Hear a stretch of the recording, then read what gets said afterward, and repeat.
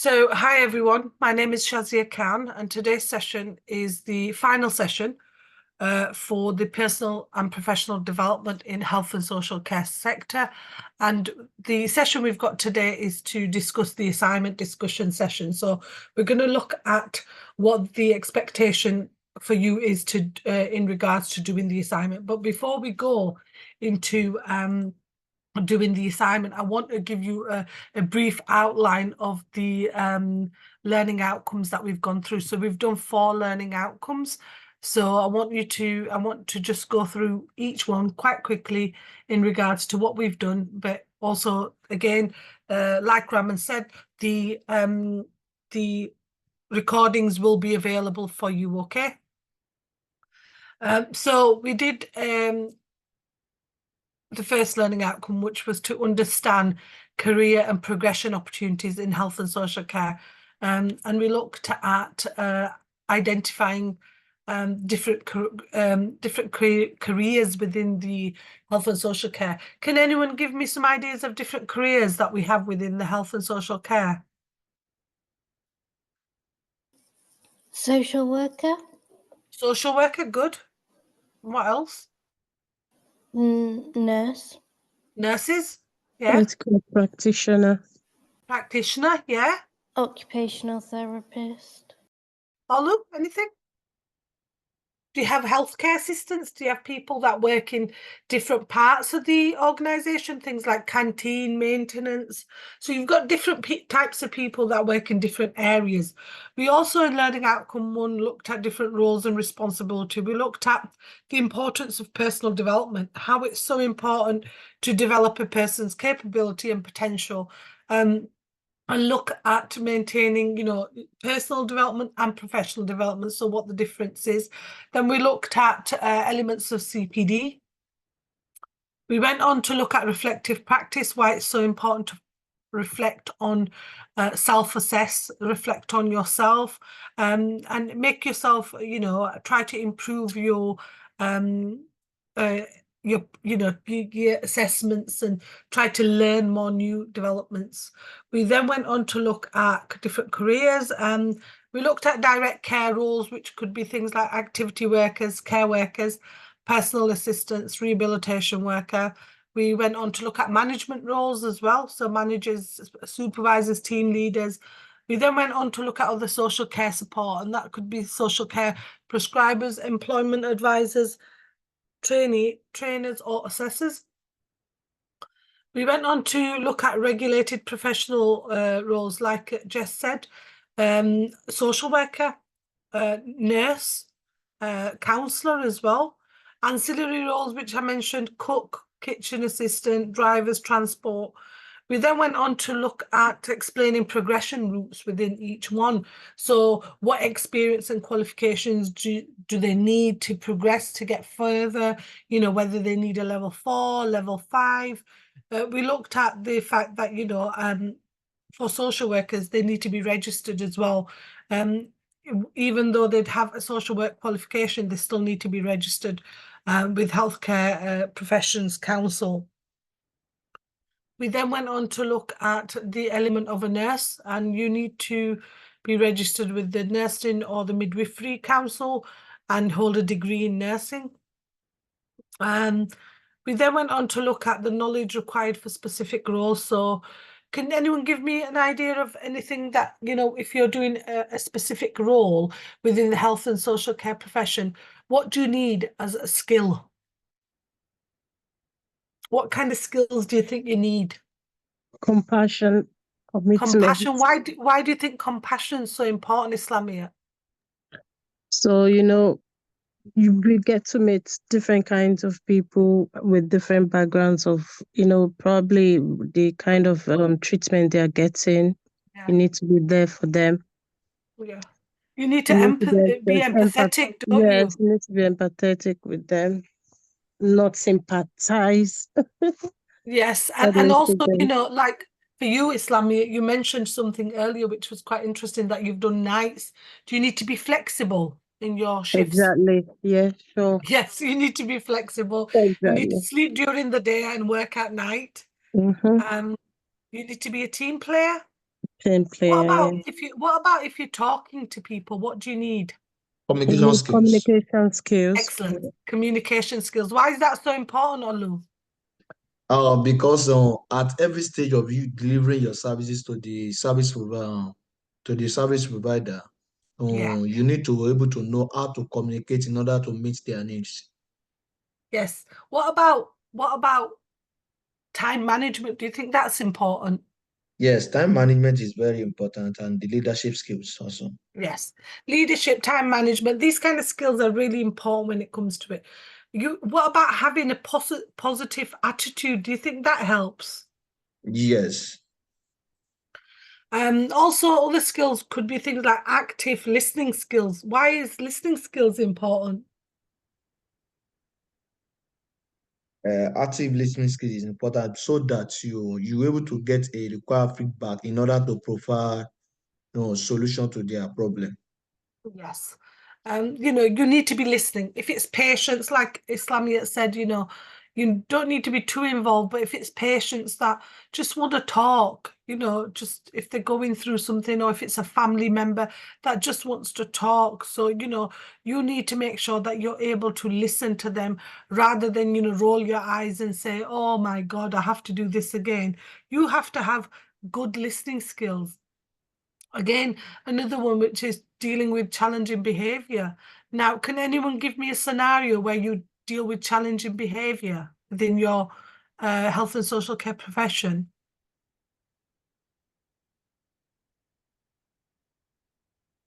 An example of dealing with challenging behavior. What do you think that would be?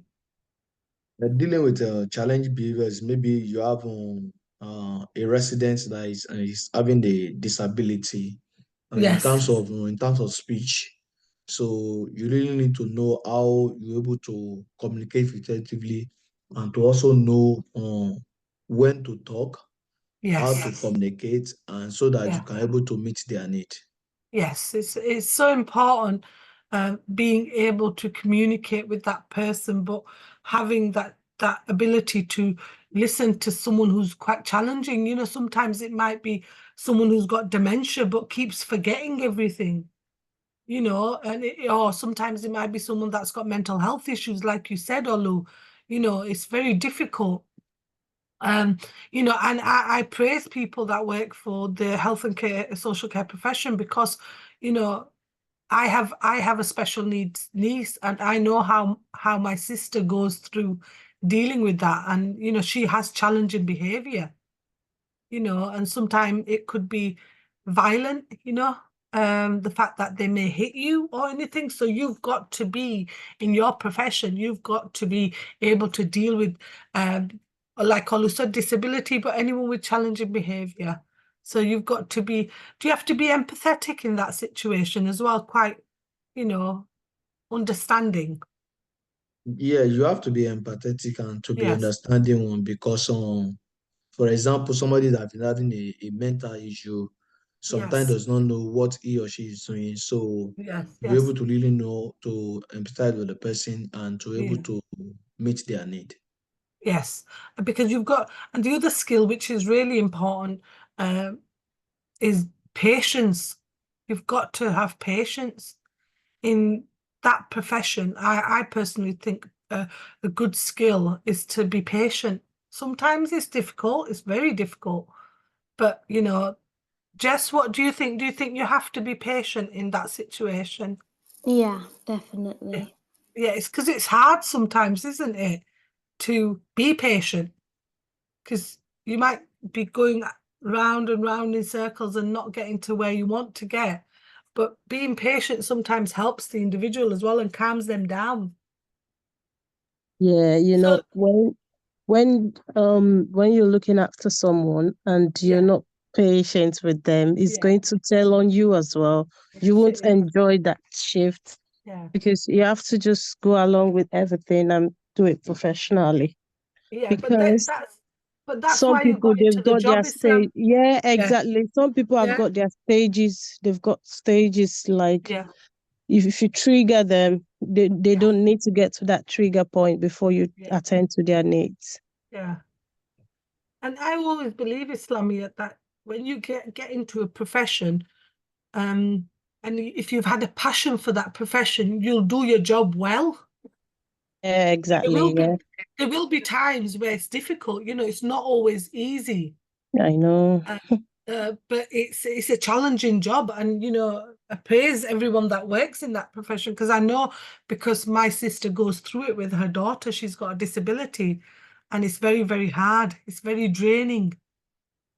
But you know, the rewards are the good things about it.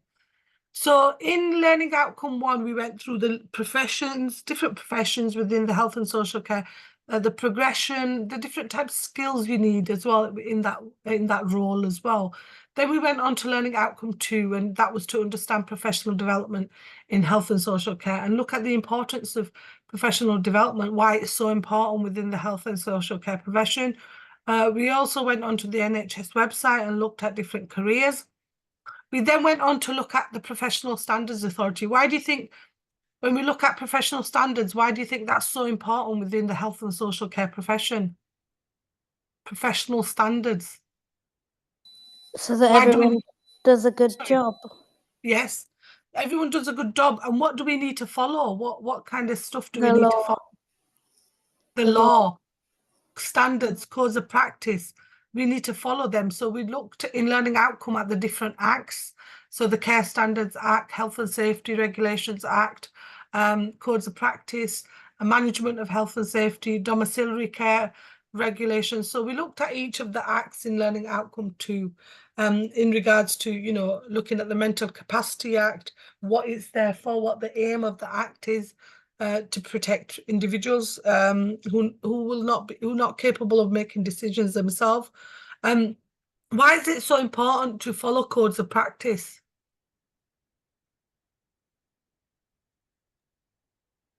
Because there are guidelines set. Okay, go on. Sorry, what was that? So the guidelines set what? Sorry, Islamia? I mean, so there are guidelines set for Yeah. each roles and everything. We have to follow the guidelines and Do you rules. think if we follow the guidelines, there'll be better health and safety, and there'll be better procedures in place? Yeah, sure. Yeah. Yeah, it's important that we follow guidelines, and you know, the whole point is to try to keep the place more safe, and we follow legislation. We have to look at following keep up to date with the current legislation, because you know, there's changes to policies, there's changes to regulation, there's changes to laws.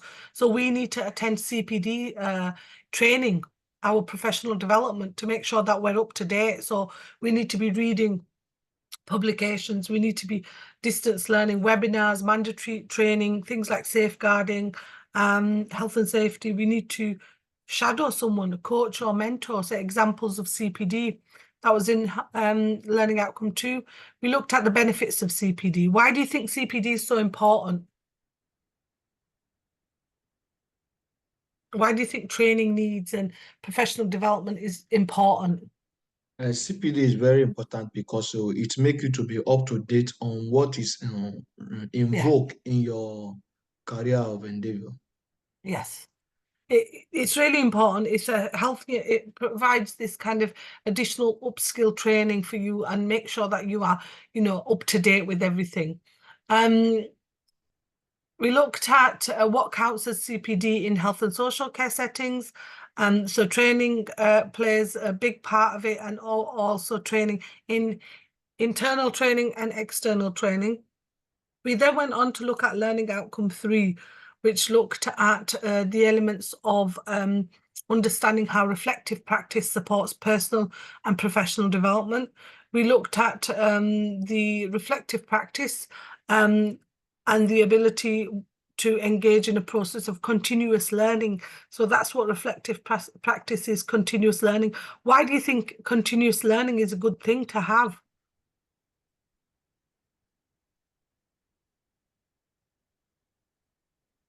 So it's just same as the training. Yes. Like you get more equipped to what you're doing, then you know what you're doing. You Yes. can't just go into job without getting trained. So obviously it's still part of learning. I mean, the training the previous one you've said, what's it called? Yeah. The CPD, yeah.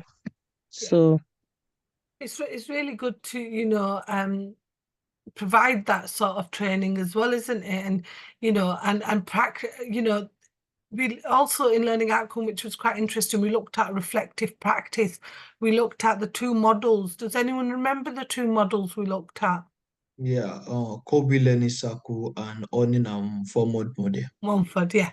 We looked at the elements of the two theoretical learning Kolb's learning cycle. So we looked at active experimentation, concrete experience, abstract conceptualization, and then we looked at reflective observation and what each one was. And then we went on to look at Honey and Mumford's as well. And in regards to Honey and Mumford, we looked at the different types of learning styles. So we have the activist, the reflectives, the pragmatists, and the theorists, and we looked at them in regards to the learning styles that Honey and Mumford adopted in 1986. We then went on to look at each of them, what they did. We looked at advantages and disadvantages of the Honey and Mumford theory. We then went on to look at analysing impact of your own attitudes, values and beliefs on provision of practice of care. And this is really important because throughout life we have different beliefs, values and life experiences, and we learn throughout life. As a child, a lot of your beliefs and values are adopted through your parents, through your cultural customs, through traditions, you know, and growing up, you know, in society, we have different experiences. So should your attitudes, values and beliefs have an impact on your job? No, it shouldn't have an impact on the job. No. But we are strong with our values, don't you think? Our beliefs and our values. You know, it might be your religious beliefs. You know, you may have different perception of religion, you know, and then the other person who is your patient maybe maybe an atheist, maybe doesn't believe in religion. So, you know, it's really, really important that you have an open mind. Even though, you know, for example, I'll give you an example. I am a Muslim and I have my strong Islamic beliefs because that's my religious beliefs. But when I am teaching or when I am in different environment, I put my beliefs and values to one side. Why do you think I do that? So that it will assist your communication with irrespective you are trying to deal with. Because Because like you actually everyone, said, everybody, you need to be very flexible. And when you're yes, flexible, you should be able to switch in and communicate effectively. yeah, because Olu, you may not have the same beliefs and values and attitudes as me. You know, you may be different to me. You may have different cultural customs. I may have different cultural customs. But when it comes to the healthcare profession and when you're working with patients and you're working from different people from different, you know, cultures, religions, you must appreciate that, but also respect that. Another example is like, for example, if you have people that you work with that are fasting, you know, the month of Ramadan.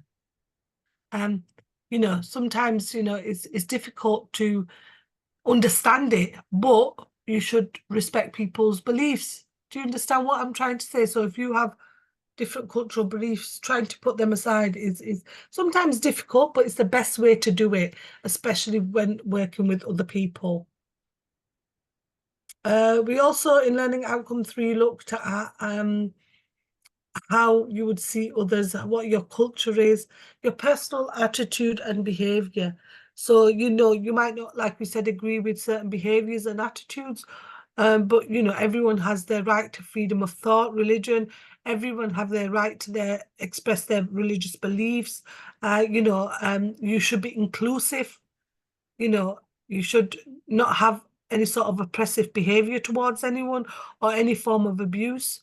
You know, there's lots of things that happen in the outside world that does identify that people sometimes do not reflect freedom of thought and religion. I mean, how do you feel about this part of the session that we did in Learning Outcome 3, values, beliefs and attitudes? Islamia, how do you feel about that in regards to the healthcare and social profession? Do you work with people from different backgrounds, Islamia? Yes, I get to like me when I go to work. I'm a Muslim as well. I wear hijab, and Okay. so many people admire my hijab, and they try to talk about my religion and everything. So I make everything professional. So Yeah. if you need anything religious, there is a place. There's a thing. There's a what's it called? There's a religious in place for any patient. So Yeah. everything is in place.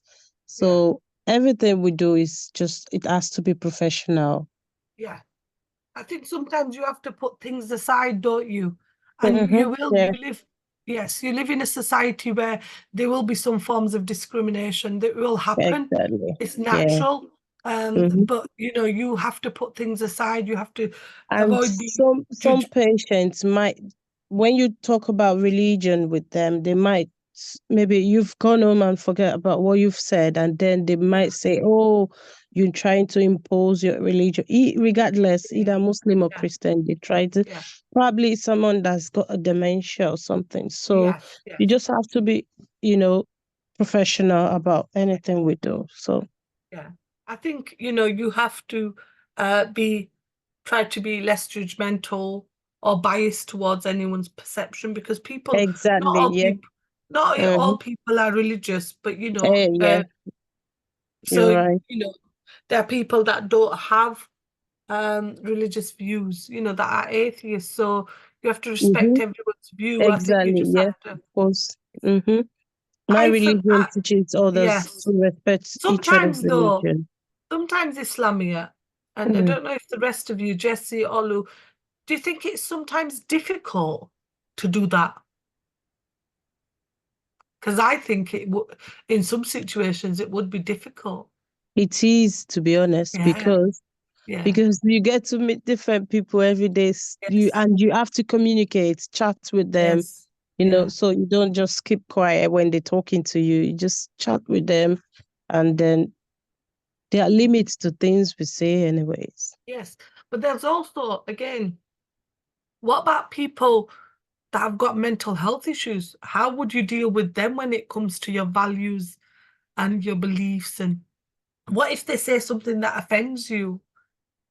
What would Oh, that's a norm for us. So yeah, it's a norm. So it's not yeah, something we don't really put that into mind. So we just let go of all those yeah, things. yeah. I think it's important. I think it's really important that you appreciate your own values and beliefs. You respect your own values and beliefs, because others' values and beliefs won't make you change yours, will they? Remember, you've been brought up in a culture that respects people, respects maybe your religion and things like that, and then you meet a person that has no respect for religion. It makes you feel like you want to say something, but again, you have that professional capacity where you can't, and you hold back because that's their values and these are your values. Olu, did you have something to say? No, like you rightly said, Yeah, irrespective of our value system, we yeah, just need to be flexible so that we can have a very good and robust interaction with others and communicate effectively. yes, yeah. But in some instances, Olu, I have, held back, but I didn't want to hold back. You know what I mean? I wanted to say something, but then I kind of held back. So, you've got to be professional in that instance. So we looked at your own self-reflection, why that's so important. You reflected on yourself, how you compose yourself, and the elements of the ways you reflect means what you want to change about yourself. We looked at how reflective practice supports professional development, the role of reflective practice, benefits of reflective practice, things like self-awareness, knowledge, building creativity. Then went on to learning outcome 4, which was the final learning outcome, to understand how to plan our own personal and professional development in health and social care. We looked at what personal development was and what professional development was. We looked at the different stages in planning personal and professional development, so objectives, action, recording, sustaining. We then went on to look at a PDP plan, which is a professional development plan, and how to write a professional development plan. So setting your goals, completing a PDP plan, what you would do, assess, identify, gather information, and then went on to looking at an example of a PDP in a diagram which identified elements of it. We looked at a PDP template that you could use. We also looked at how to identify development needs. And identifying development needs, taking feedback, reflection, skills audit. And then we looked at training and research, skills audit. We looked at a skills audit template as well in learning outcome 4, and how you could use that. We also looked at the SMART targets. So we looked at specific, measurable, achievable, realistic, and time-bound, and looked at some examples, and we looked at the Harvard referencing example. We then identified a template for you to use and examples, and we looked at creating your own personal development plan for a chosen career. So a summary, short-term, long-term goals, key developments. We also went on to look at carrying out a skills audit to identify development needs. And then that was the learning outcome 4, and that was all to do with your skills. Now we're going to go on to the assignment discussion. So I've given you a brief outline of all 4 learning outcomes. They're available on Moodle with the recordings. Okay, so now we're going on to the assignment discussion. So in the assignment discussion, the unit aim is to develop the skills and knowledge required to plan and implement your own personal and professional development for further study or work in the health and social care sector and future reflective practice. So in order to achieve this unit, you must produce work which demonstrates achievable learning outcomes, and you need to make sure you are meeting the assessment criteria as well. Learning outcomes 1, 2, 3, and 4, we've already looked at them, and these are an identification of how you need to look at applying them to your, so if you need to refer back to these slides, you can, and they're clearly on there. Okay, so firstly, assignment declaration. Why do you think an assignment declaration is so important? So that it Why will do you think confirm we that need an assignment declaration? Sorry, what was that? so that you confirm that the whole task was carried out by you. So that you confirm, excellent, that the work you've done is carried out by you. Why is that so important?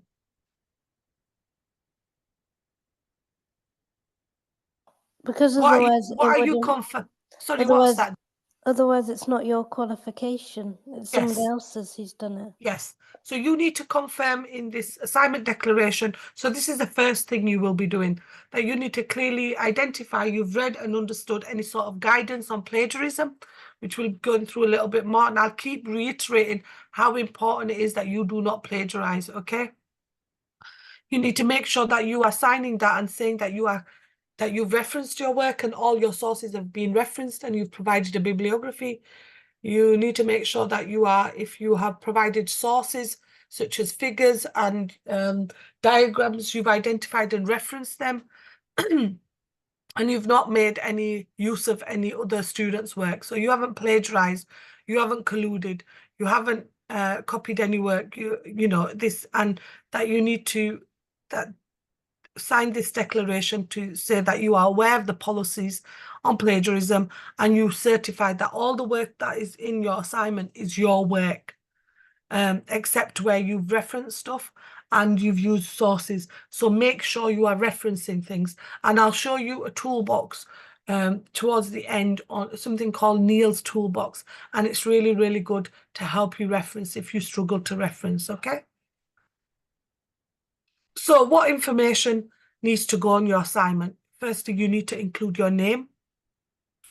This is on the front cover, okay? So you need to have your name, registration number, and the unit level. Okay, so which in this case is level 3 health and social care, and you need to put the unit name, which is professional development, personal and professional development. Why do you think all this needs to go on the information that needs to go on the start of the assignment? Why do you think it's so important?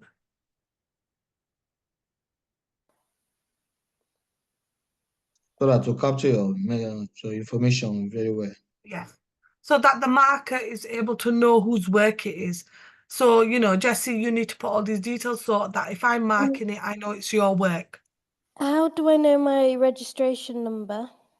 I think it's, do you get, Has it been emailed to? yes, yes. Okay, It's I'll it's go back normally, and look at my emails. it's normally just like a registration number with some numbers on it. Okay, I'll look Okay. back. So plagiarism and collusion. Why do you think it's so important? So important you plagiarize? Why do you think it's so important you do not plagiarize your work or collusion?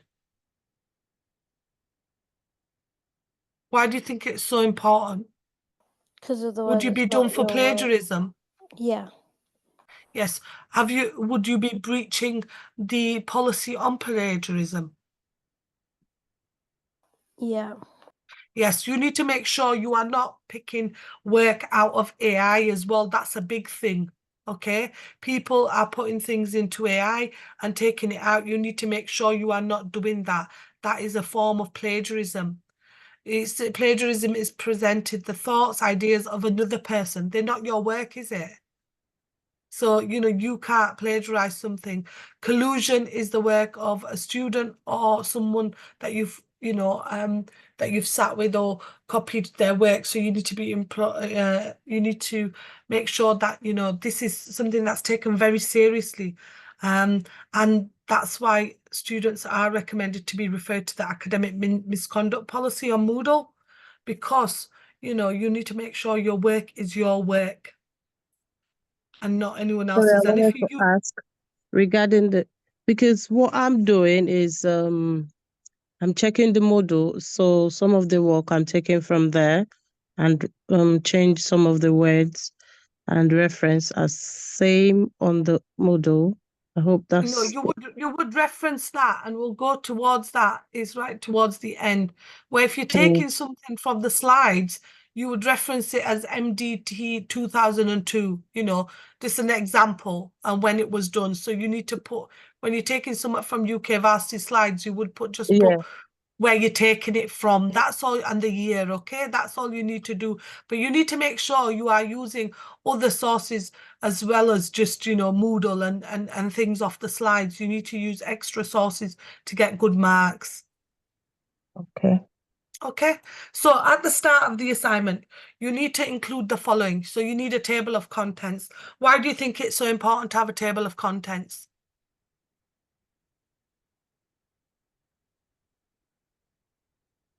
Anyone, why do you think it's so important to have a table of contents?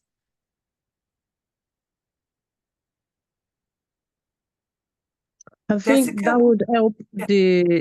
I think it's going to help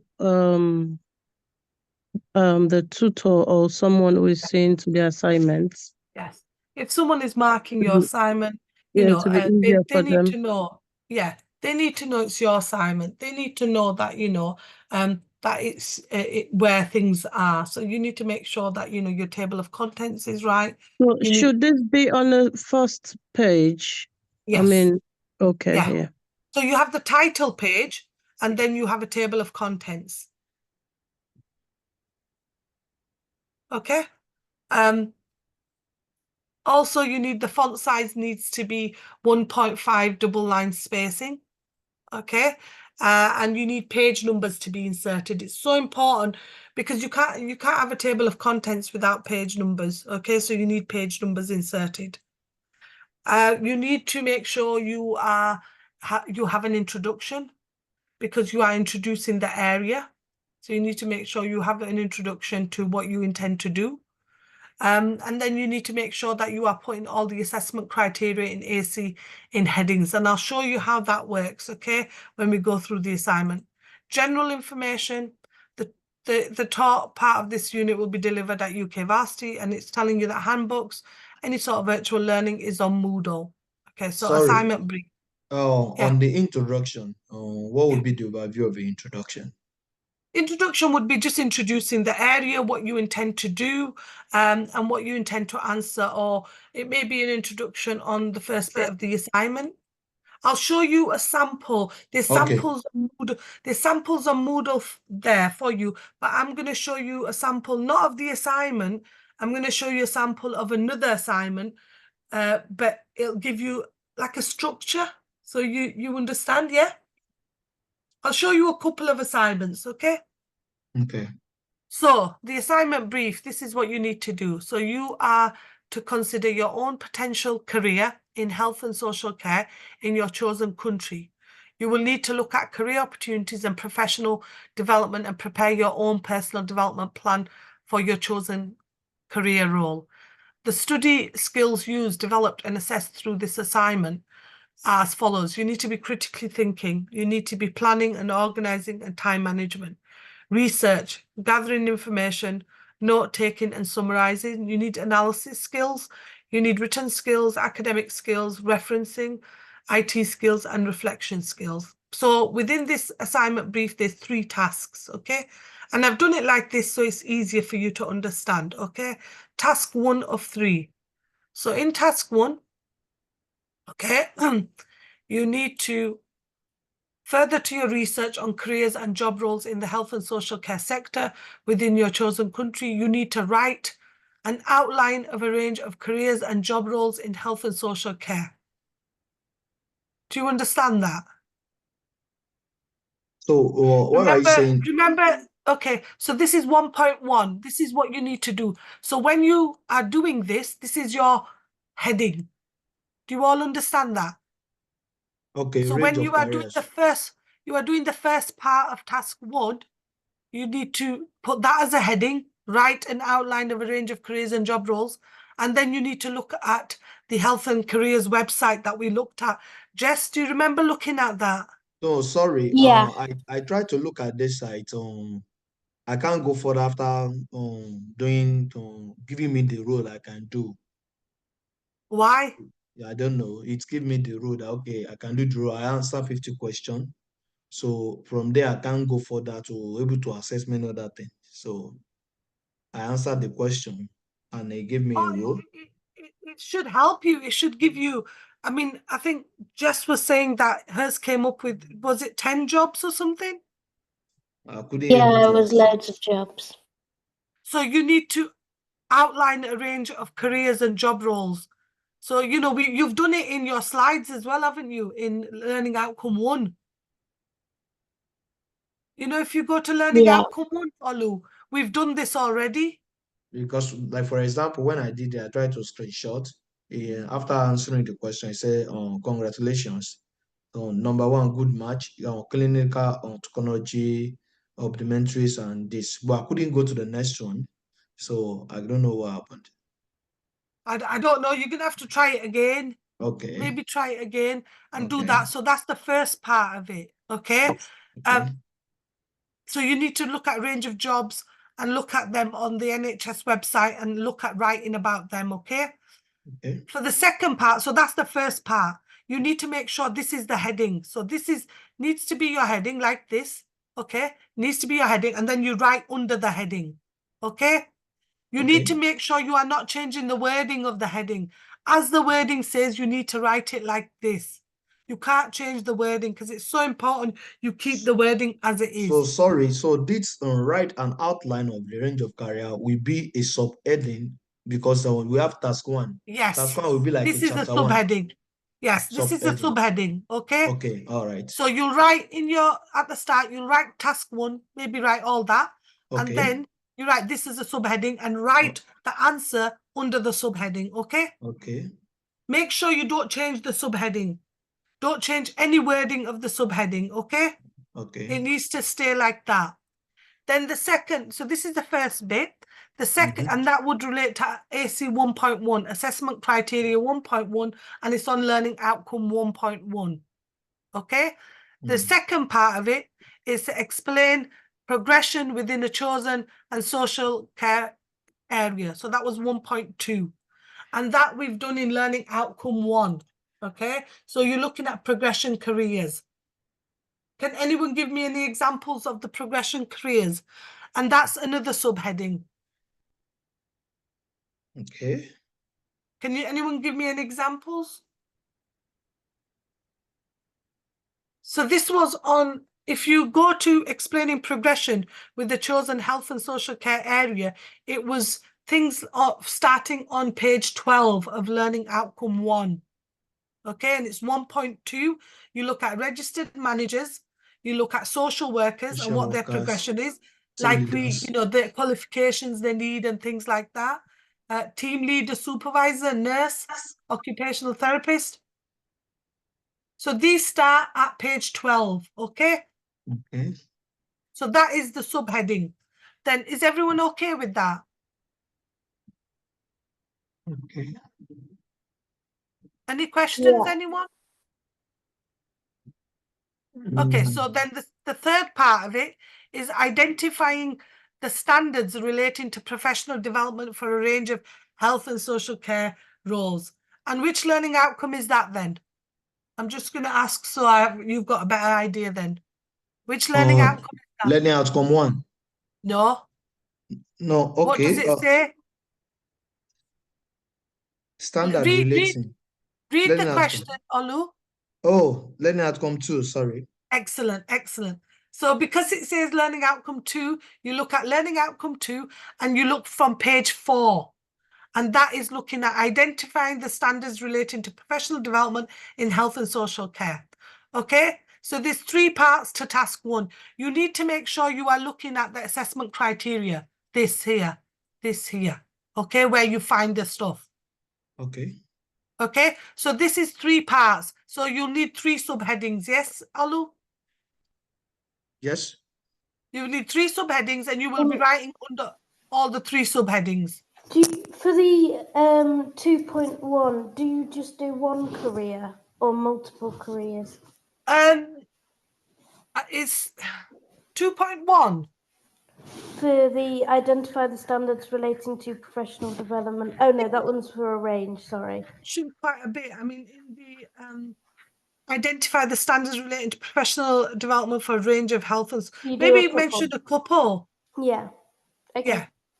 Okay. So you've got task 1 is 3 parts to task 1. That's part 1 as a subheading. You write under that. That's part 2 as a subheading. You write under that. And that's part 3 as a subheading, and you write under that. Okay, the answer. You need to make sure you are sticking to that, not changing the elements. Is everyone okay with task 1? Yeah. Any questions? Islamia, are you okay? So sorry. So if you are doing task 1, do we need to repeat like learning outcome 1, putting it like this, the way you put it task 1, LO1 like this also? No. Just put task 1. When you just put task 1, yes, Okay. you will just write after task Subheading. 1, you write that. Yes. And then write underneath it. Then you will write that and write underneath it. You don't need to write the learning outcomes out, okay? Okay. Islamia, are you okay as well? Olu? I'm okay. Arati, are you okay? Olu Wakimi, any questions, anyone? Just ask away, okay? No, it's okay. Excellent, thank you. I thought you might have fallen asleep, Islamia. So I'm task still 2. here because this is very important. So Yes, I'm still here. it's very important to take down notes, but you will also have the recording. So whatever we discuss, you'll be able to, listen back to it as well, okay? Yeah. So now we move on to task 2, okay? So this is task 2 of 3. Now, task 2, consider the requirements of continuous professional development and how you assess and plan your own development, okay? You should, so there's 1, 2, 3, 4, 5, 6. Can you see all them? There's 6. So each one is a heading, subheading. So first one is to assess the need for continued professional development. in health and social care, why we need to have continuous professional development. And that's learning outcome 2, AC 2.2. And that is on page 16 of learning outcome 2. Okay, so I'm just giving you a guide of where you could maybe be able to find elements around it and then expand around it. Okay. Okay. Is everyone know? Then part 2, what is meant by reflective practice? Which learning outcome, Olu, do we need to look in that? I'm Learning going to keep outcome 3. asking Olu now. 3. 3. And Yes. we look at page 4 for that one. Explain what is meant by reflective practice. Okay. Yes. Then we've gone on to the next one. Kolb's Learning Style and Honey and Mumford. Okay. Explain theoretical models of reflective practice, and that's 3.2. And that starts at page 5 and carries on. Okay. So that will be quite a big one because you'll be writing about the reflective learning cycle. You'll be writing about concrete, active, abstract reflection. Experimentation. Okay. Yes. Yeah. So that's quite a big area, okay, of it, 3.2. It starts at page 6 of learning outcome 3. Then we've got to go on to learning outcome 4, and we look at outlining the stages in your own personal and professional development. Okay, and that will be looking at page 4 in regards to that. Each of these is a heading, and there's 6 parts here. Okay. Then the next one is 4.2, which we look at explaining how to identify development needs. And that is learning outcome 4 as well. And that will start at page 10. Okay, of learning outcome 4. And then the final one to gain the pass is explain how to write a SMART targets for your own personal development. And that's AC 4.3 as well. And that's learning outcome 4 as well. And that is page 22. Okay, so you need to look at them. You need to do a SMART targets. You could do it in a diagram, you know, it'd be acceptable, like they did the Harvard referencing there. Now, for task 2, if you want to gain a higher mark and get a merit or a distinction, you need to also, to gain a merit, okay, and you need to identify this when you're writing it. Assess how reflective practice supports professional development. That's if you want to get a merit, okay? And that's looking at 3M1. Would you use that as a subheading? Sorry? Would you use that as a subheading? Yes, No. you would use, but you would put the end that you've put 3M1 as well, Jessie, Okay. because then we need to identify that you've done the merit one, okay? And that would be in 3M1. So it would be looking at elements of which learning outcome is that? 3. Excellent. It'll be looking at 3, learning outcome 3. Okay. And that would be trying to, if you wanted to gain the merit. Now, to gain the merit, must you do all the passes? Yeah. Yes. If you want to get a merit, you must do all the pass ones. If you want to get a distinction, you must do all the pass, merit, and then distinction ones. Is everyone clear with that? You Can I can't ask just something? do... On the extension activities now is going to be chapter 3 now. This is an option for you to do, Olu. You don't have to do Okay, the extension it's going to activities. be no, I'm just, for example, now this extension activities, is it going to be included on the task 2, for example, or you are doing it on a separate way? No, this is all included. But the problem is you can do these if you want to get a merit or distinction, but you Okay, don't okay. have to. You can Okay. just do all them. Look at the start, all them. You can do So- all them to get a pass. So if I want merit, I need to broaden it up very well. So that's Excellent. what You you're need to trying do to this one as well. Okay, okay. Okay. If you want to get a distinction, you need to do this one as well. Okay. Analyze the benefits of reflective practice, and they all need to be subheadings, okay? And you need to make sure it's clear. Now, Okay. depends if you want to do a merit criteria, you will do that. If you want to do merit and then get a distinction, you will do that. But if you just want to get a pass, you will just do that. Okay? Okay. Is everyone clear with that? Yeah. Is everyone clear? Olu Islamia, I'm Olu okay. Marathi? Luwakimi? Is everyone clear? Yeah. So it depends. It's up to you. If you have time, and if you want to do the merit ones, it's up to you. But you need to make sure that when you are doing them, you've made it clear that you've covered them bits. Okay, the merit and the distinction. So you need to put them in. Okay, and they will go on your contents page as well, which I'll show you. Okay. All right. In this one, learning outcomes 102, 2.2, learning outcome 3, 3.1, 3.2, 3M1, 3D1, learning outcome 4, 4.1, 4.2, and 4.3 is covered for task 2. Okay? Yes. Now moving on to the final task, task 3. For specific role, career, path in health and social care that you are interested in. Okay, that what interests you, you need to make sure you are looking at what learning outcome or what interests you.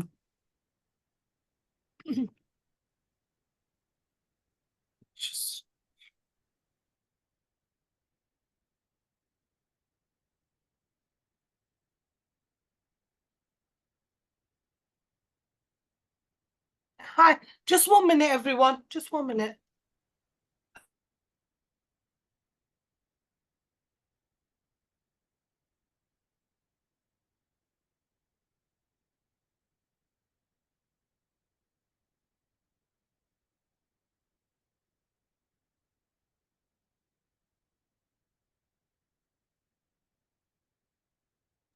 So you need to make sure that for task 3 that you choose a specific area, a specific job role, okay? You need to, for that job role, you've got 4 parts to do for the past ones. You need to analyze skills and knowledge for a specific role in health and social care. So you could pick a role. What? Give me some examples of what roles you can pick. Now, let's say support worker. Support worker, yes. You would write everything about that support worker's role. Okay. So you would write whatever you need to. So it might be a support worker, it might be a personal assistant, it might be a care worker, depending on what you want, what role you want to pick out. Okay. Okay. Then you would look at the skills and knowledge of that role. Okay. So what kind of skills and knowledge would you look at? Islamia.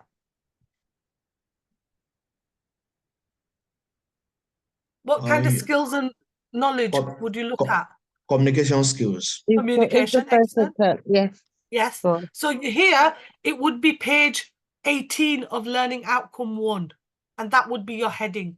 So that would be your subheading, and then you would write under that. And there's loads of skills onwards from page 18 that you could look at. And then in the next one, which is this, would be your heading. Analyze impact of your own attitudes, values, and beliefs on provision of practice of care. And that's learning outcome 3, 3.3. And we talked about that quite a lot. So it's quite interesting that we've talked about this one because it's an interesting area. And that would be on learning outcome 3, and you would look at page 21. And that looks at different values, your beliefs, your attitudes, your provision on practice of learning. Then you would look at this as a subheading, reflect on your own learning. And that would be looking at your own learning, reflecting on that. And that would be learning outcome 3 as well. So reflecting on your own learning. So your beliefs, your values, your reflection. And that would be on page 34 of learning outcome 3, where you look at self-reflection, why self-reflection is important, what your strengths, weaknesses. Would you do a SWOT analysis there? Could you do your SWOT analysis? Yes. Yes, excellent. You could do a SWOT analysis, and you could do it in a diagram, you know, like a SWOT analysis in a diagram, your strengths, weakness, opportunities, and threats. You could do that, okay? And then you would do number 4, okay, which is the 4th part. Create your own personal development plan for a chosen career area. And that's looking at learning outcome 4 in regards to your own personal development plan. So that would be looking at what we've looked at, learning outcome 4, which is looking at page 25 onwards. So you could look at the career plans, and templates and everything are important, are there for you to look at, okay?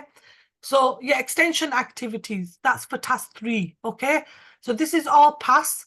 and then extension activity. If you want to gain a merit, you would also look at assessing the continued professional development requirements for a chosen health and social care setting. And that's learning outcome. Which learning outcome is that, Olu? Learning outcome 2.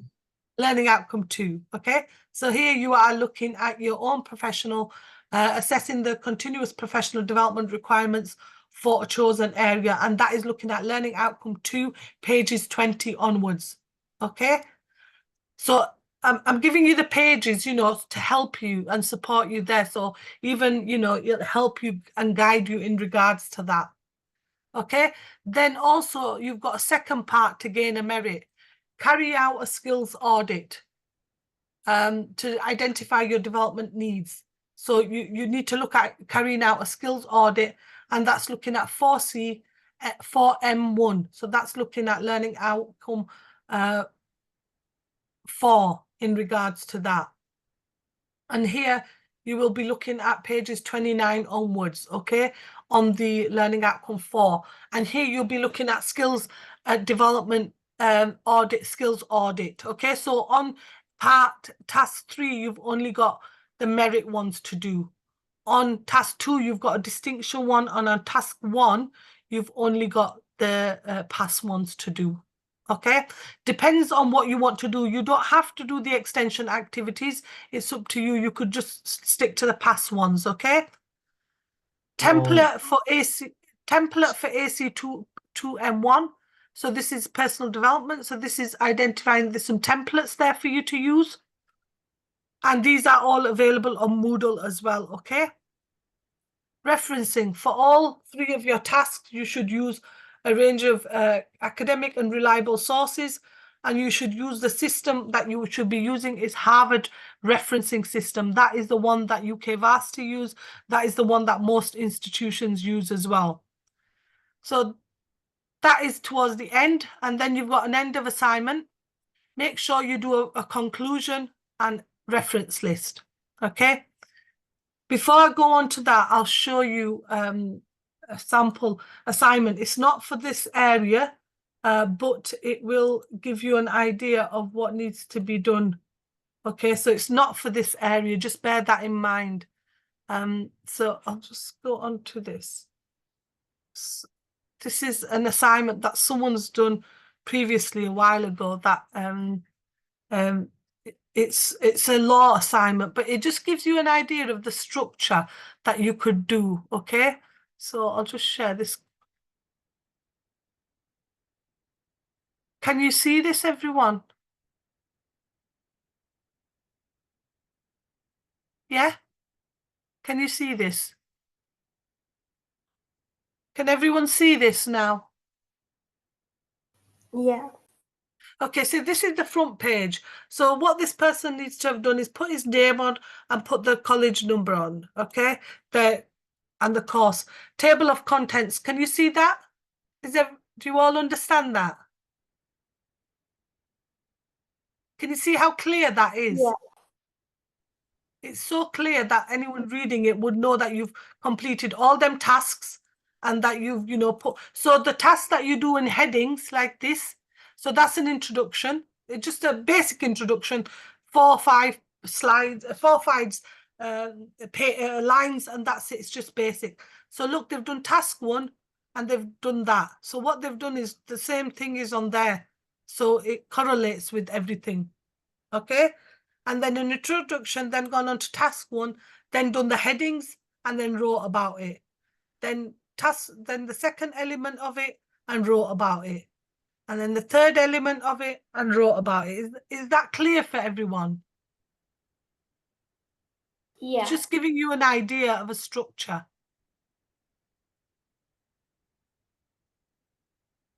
Is everyone okay? Olu, are you okay with that? I'm okay. Okay, so what they've done throughout, they've put the subheadings, like you said, Olu, and page numbers, and then wrote about each one for each task.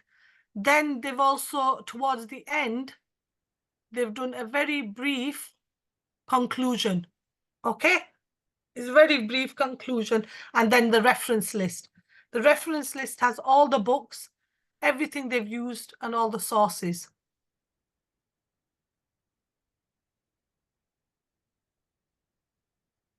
Is everyone okay with that one? Yeah. Yeah, I'm just going to see if I can, just 1 minute. PPD. So let's go on to that. Let me just go on to marking. No, I haven't done anything. Okay. So that is in regards to, you know, trying to structure it. I've just given you, but you know, when you go on to Moodle, there will be sample assignments for you to have a look at, okay, on your area. Yeah. Okay, so go on to that and have a look at that. All the templates, everything is available there. So the final bit of is assignment support and guidance, okay? And this is just a summary, and I've done this myself, so it makes it easy for you to go on to, okay?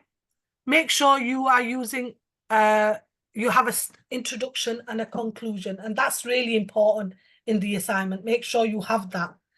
Make sure you are using Harvard referencing of system, and you can refer to online sites that might help, such as Neil's Toolbox. Now, Neil's Toolbox is really interesting, okay? And I'll take you to Neil's Toolbox now. Does anyone know what Neil's Toolbox is?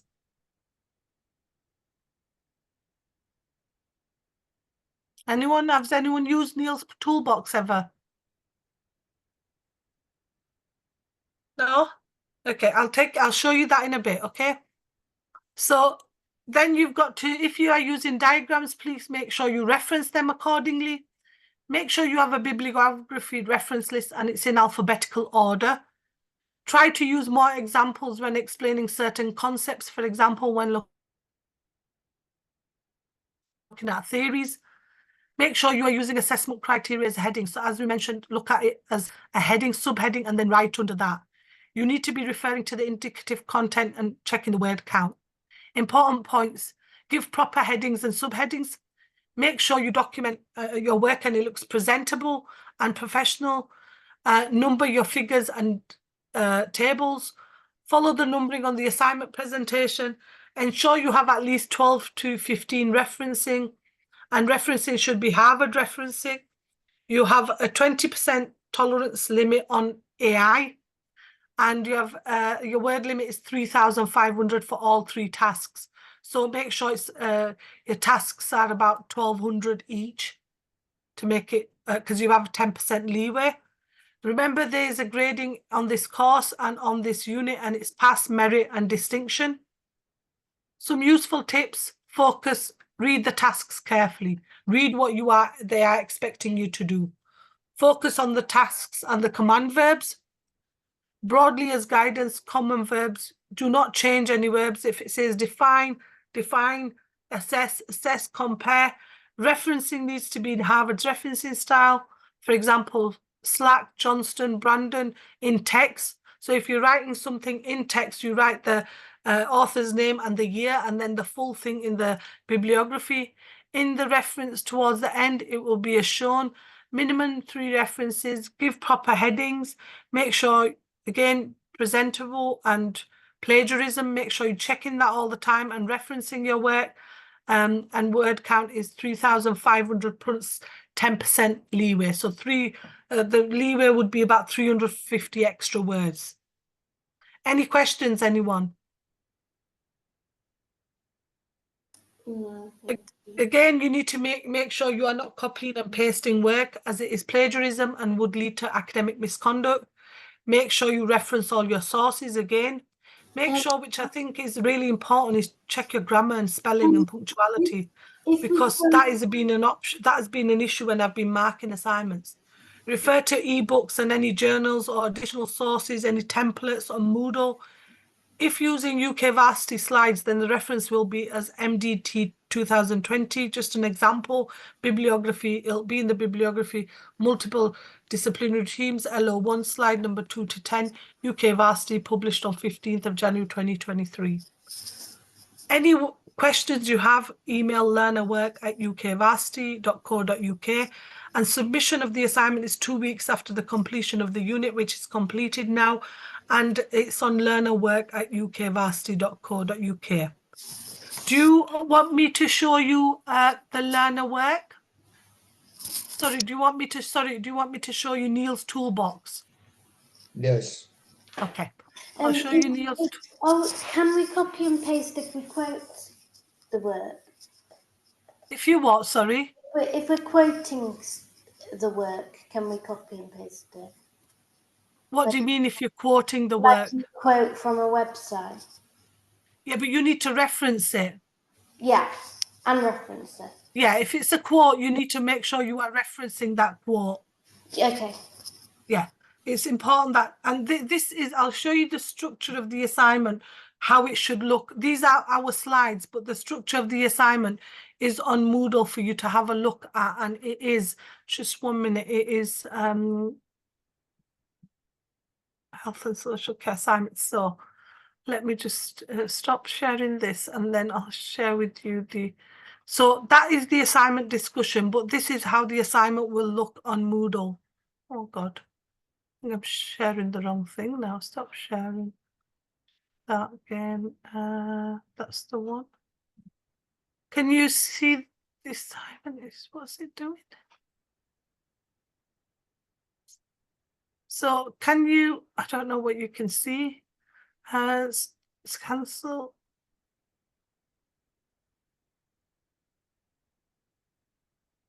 Oh, that's why it's not. Can you see the assignment? Can you see this assignment now? Yes. So this is how it will look on Moodle for you. Everything from here, I've taken and I've put in the slides.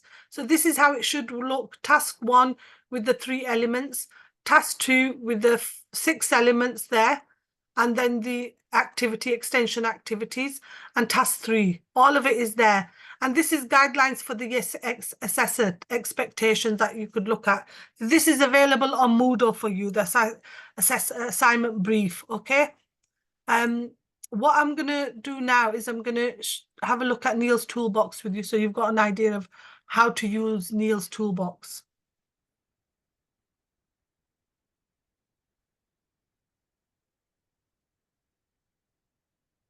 And Neil's toolbox is really easy. There's different sites there as well that you could use, but Neil's toolbox will help you identify how to use the elements of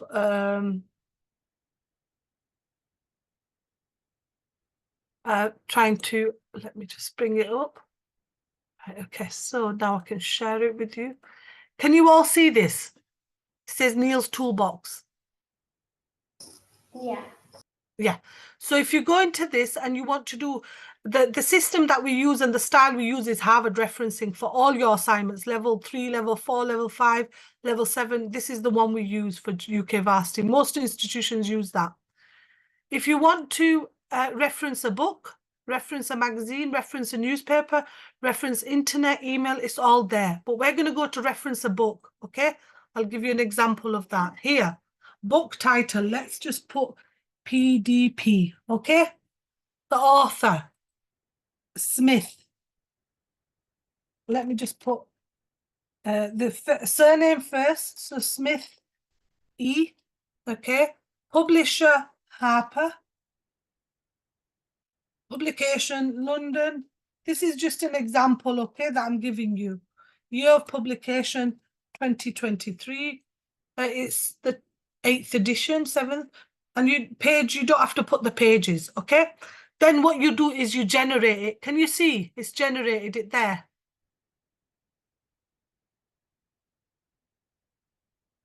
Can you see it's made it for you, everyone? Can you see that? Yeah. So what you can do, you can just, because it's put the dots and the commas in the right place, what would you do? You can copy and paste that in your bibliography. Do you understand that, Olu? Olu Islamia? Anyone? Do you understand that? Jessie, do you? Yeah. Islamia, do you understand that? I'm taking a screen record of this of sleep. Yeah, it's no, Islamia, it's really, really easy to use. If you go Yeah, back, I know. I'm just just put gonna all watch your that just again. put all the details it's asking you, and then say Mm-hmm. generate reference. It'll make it for you. It'll put all the dots and the commas and everything in the right place, and then you can copy and paste that into your Word document. Yeah, into your reference list. Okay. I was just listening to you. I wasn't looking at the screen. Oh no, So it's really, really interesting. This Neil's toolbox. Have a work right. around it. You can look. You can generate books, chapters, Do website, we emails. download it? Do I have to download it? No, you can just put it on Google. Just put it on Oh yeah, Google yeah. All right and then. just copy it. Just put. You can reference any of them. Sources that you've used, and it will help you. Okay. Okay. Thank you very much. It's okay, don't worry. Olu, have you got any questions? Has anyone got any questions before we finish off? All the templates, everything is on Moodle for you to refer to. So, you could go to Moodle and get all your references there. Has anyone got any questions before we finish? Make sure you submit your assignment on learner work at ukvarsity.co.uk. If you have any questions, email learnerwork@ukvarsity.co.uk. Has anyone got any questions before we finish the session? Because this is the final session. I won't see you again. Maybe another time in another unit, but not anymore. So the declaration form is going to be created Yes, by it's us. available on Moodle. Can you On see the Moodle. link on the I can't- assignment declaration form? Everything is available on Moodle for you. I can see it on Moodle. I'm looking at it Yes. now. Okay, I'm Has seeing it. anyone got any more questions? No, thank you. Thank you. It was lovely meeting you all, and good luck with getting on with the assignment. If you have any questions, again, learnerwork@ukvarsity.co.uk, and good luck with getting on with the assignment. Thanks very much. And I'm Have a so lovely sorry that day. I've gone over the Thank time as you. well. Don't worry. Thank Okay, you. thank It's you. okay. Thank Take you. care. Thank you, Bye. everyone. Bye-bye. Bye. Bye.